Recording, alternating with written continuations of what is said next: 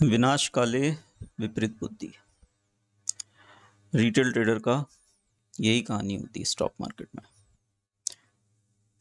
Again and again and again generation बदलती हैं बस। ग्रीड टॉप पर होता है, किसी की सुननी नहीं होती है। ये मैं देख चुका हूँ। So I am concerned, I am worried because मैंने अपनी आंखों से लाइव देखा है तबाही। ठीक है, नए नए लड़के 20, 25, 30 साल की उम्र में, मैं भी था तब, उनको रोते हुए देखा है मैंने। क्योंकि जितना कमाया था उन्होंने वो तो गया ही गया, फ्यूचर भी उन्होंने स्टेक पर रख दिया था। ठीक है, so I am concerned, I am deeply concerned.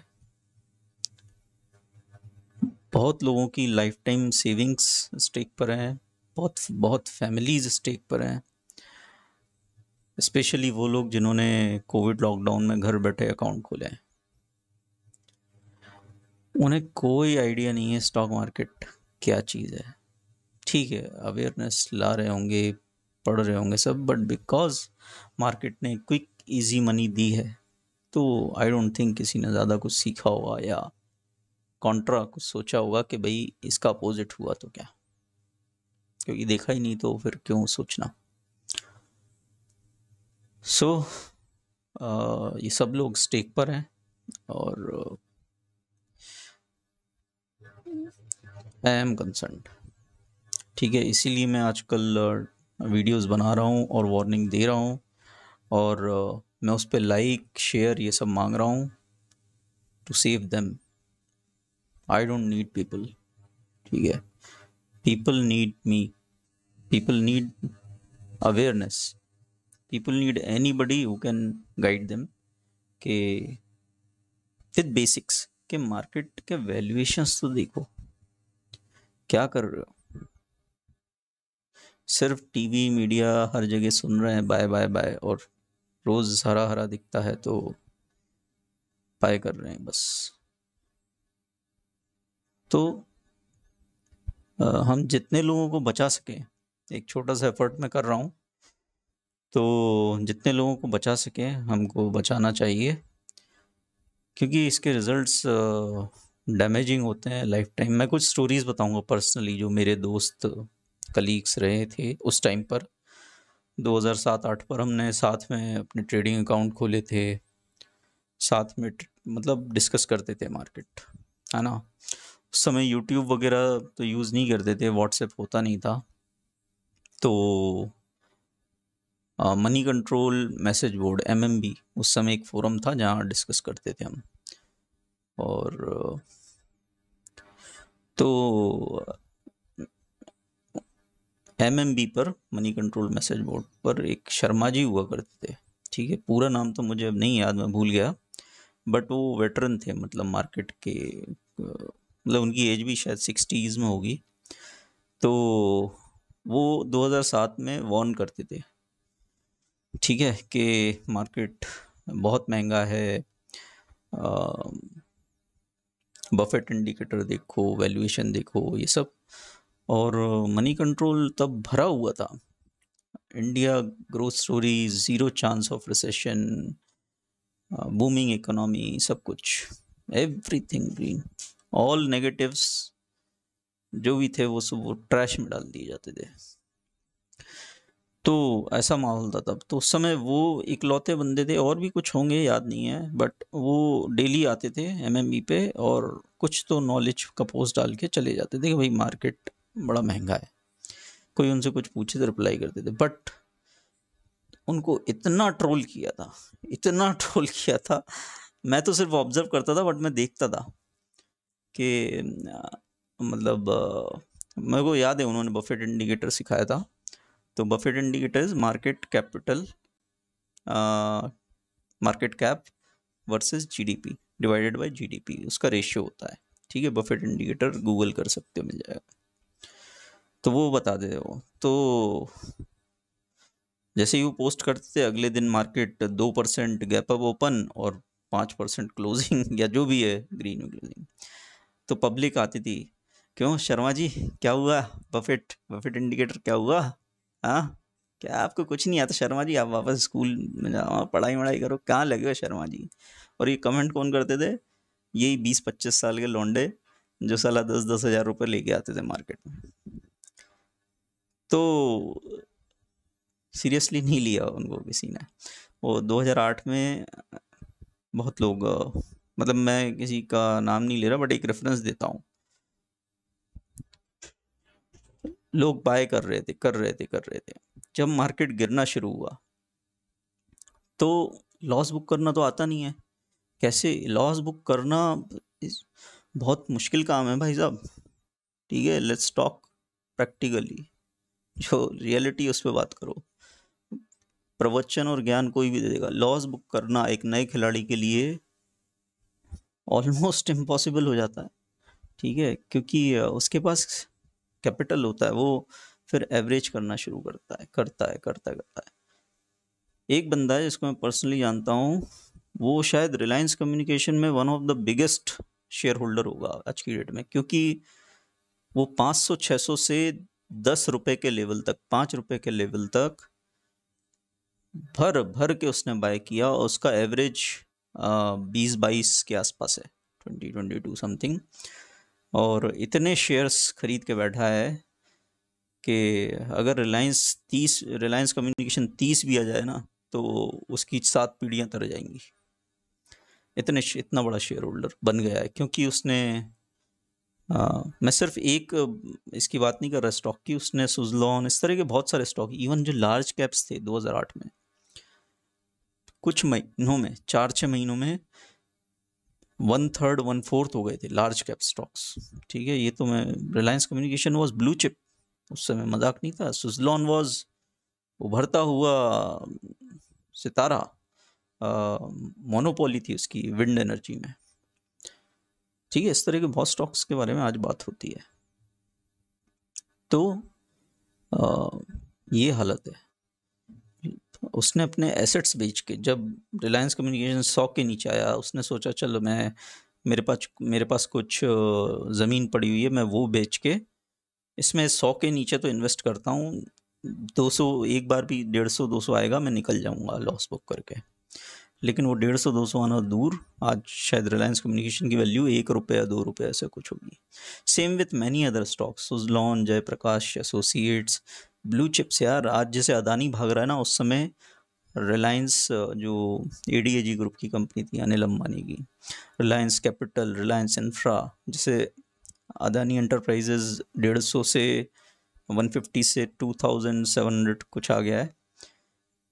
यही सेम एग्जैक्ट यही प्राइस होते थे, मुझे याद है 150-200 के बीच रिलायंस कैपिटल था, और 2500 तक गया था विद इन एन ईयर, या with in 1.5-2 years, just before the crash. ठीक है, तो ये इतना बड़ा मेंटल ट्रॉमा है, और लोग अपनी लाइफ स्टेक पर रख देते हैं ग्रीड में। ठीक है, और वो उम्र भी ऐसी होती है 20, 25, 30, 35 साल की, के जवानी के जोश में ना इंसान होश खो देता है। खरीदते जाते हैं, ठीक है खरीद, पता नहीं क्यों खरीद रहे हैं, बस खरीद रहे हैं।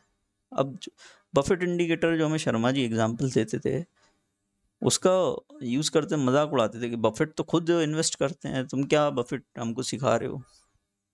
भाई विनाश काले विपरीत बुद्धि, तो ये होता है। लेकिन एटलीस्ट बहुत लोग समझ भी जाते होंगे, एटलीस्ट कॉशन तो रखते होंगे।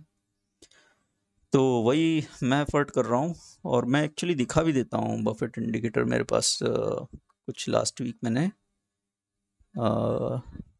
निकाला भी था कि क्या चल रहा है एज ऑफ जुलाई एंड। तो मैं स्क्रीन शेयर करता हूँ अपनी, 1 मिनट।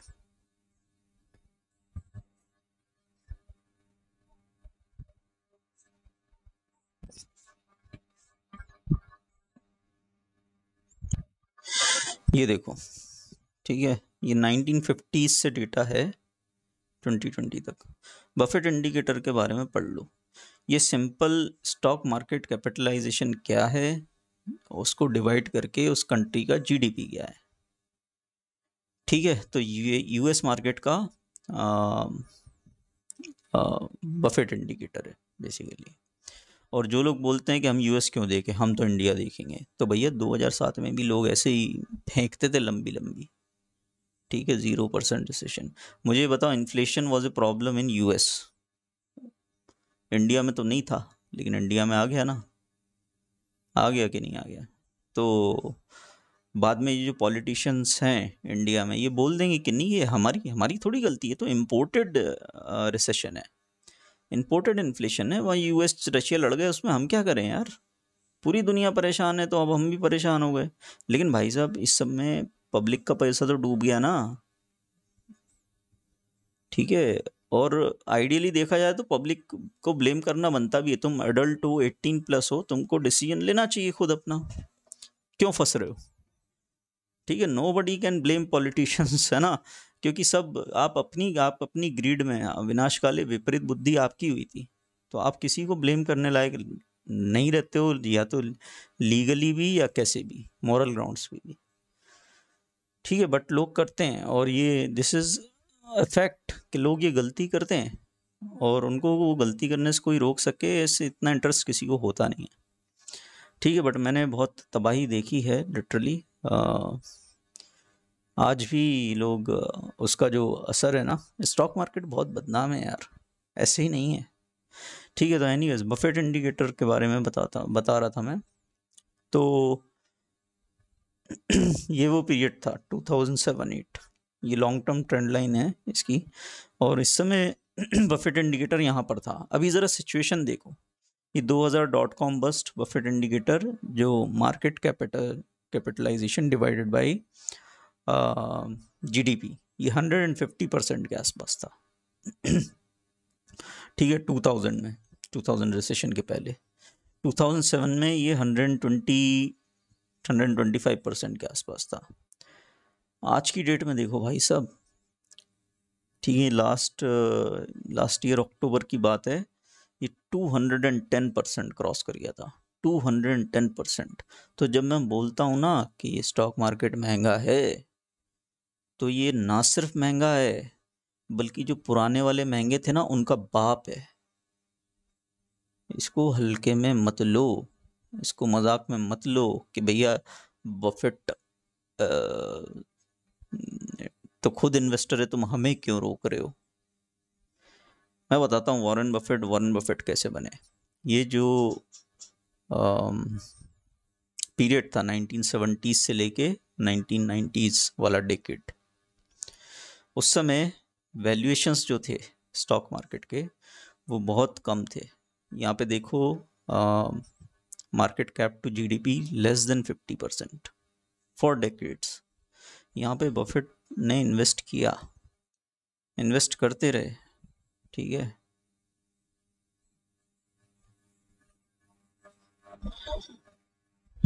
ठीक है, इन्वेस्ट करते रहे, और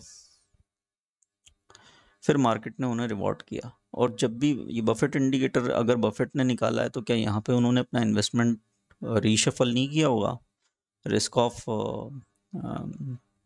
किया होगा या नहीं। उन्होंने अपना पोर्टफोलियो, जो रिस्की एसेट्स हैं उनको बेच के, या तो कैश में आए होंगे काफ़ी कुछ, या जो डिफेंसिव है वहाँ पे। तो इसीलिए ये मार्केट कैप टू जीडीपी उन्होंने ही निकाला है। दैट मीन्स वो इन्वेस्टर थे और उन्होंने माल बेचा या अपना पोर्टफोलियो एडजस्ट किया। तो आपको अगर कोई ऐसा बताता है कि investing is by and hold for ever, तो वो आपको सी बना रहा है। ठीक है, सीधी बात। तो मार्केट में रिस्क क्या है करंट मोमेंट पे, वो देख के डिसीजंस लिए जाते हैं। तो हम यहाँ पर हैं, और यहाँ से रिवर्स करना हमने जस्ट शुरू किया है। बीच में एक बाउंस आया है, जो कि यहाँ भी आता था, यहाँ भी थोड़ा आता था। ठीक है, और अभी तो हम यहाँ कहीं आएंगे तब, ये जो लॉन्ग टर्म ट्रेंड लाइन है, यहाँ पे भी हम रुकते नहीं हैं, यहाँ कहीं आएंगे तब जाके हम बोल सकते हैं कि मार्केट थोड़ा फेयरली वैल्यूड है। लेकिन ये ट्रेंड लाइन पे भी रुकता नहीं है, नीचे आता है और इसके भी नीचे आता है। तो आप इमेजिन ही कर सकते हो कि कहाँ पर ट्रेड होगा निफ्टी अगर सेम सिनेरियो ओवर वैल्यूएशंस का बस्ट होता है तो। ठीक है, खुद पढ़ो इसके बारे में। और इतने महंगे हम कभी नहीं थे जितने अभी हैं। थोड़ा सा अपने आप को नॉलेजेबल बनाओ, एजुकेट करो और डिसीजंस लो। Do not watch TV, do not read newspapers, do not listen to बाबा लोग। ठीक है, मार्केट को स्टडी करो क्या वैल्यूएशन है। And this is not just one indicator, Buffett indicator अकेला नहीं है। इस तरह के बहुत सारे इंडिकेटर हैं जो मार्केट को ना सिर्फ ओवर वैल्यूड बता रहे हैं, humongously over valued, humongously expensive. ठीक है, तो ये स्टडी करो। चलो यार, मेरी मीटिंग है, वैसे तो मैं ज्वाइन नहीं कर रहा हूँ, बट ठीक है। तो अवेयरनेस लाओ ये सब लोग, और ये वीडियोस जो हैं ये शेयर करो। ठीक है, मेरे वीडियोस पे लाइक कमेंट शेयर करो, और ज़्यादा से ज़्यादा लोगों तक पहुंच सकें। थोड़ा सा डरें, डरो भाई, डरो, हाँ, डरो, अपने प्रोटेक्शन के लिए डरो, डरना ज़रूरी है भाई। ठीक है, स्टॉक मार्केट है, लंगर नहीं लगा है। चलो यार, बाय।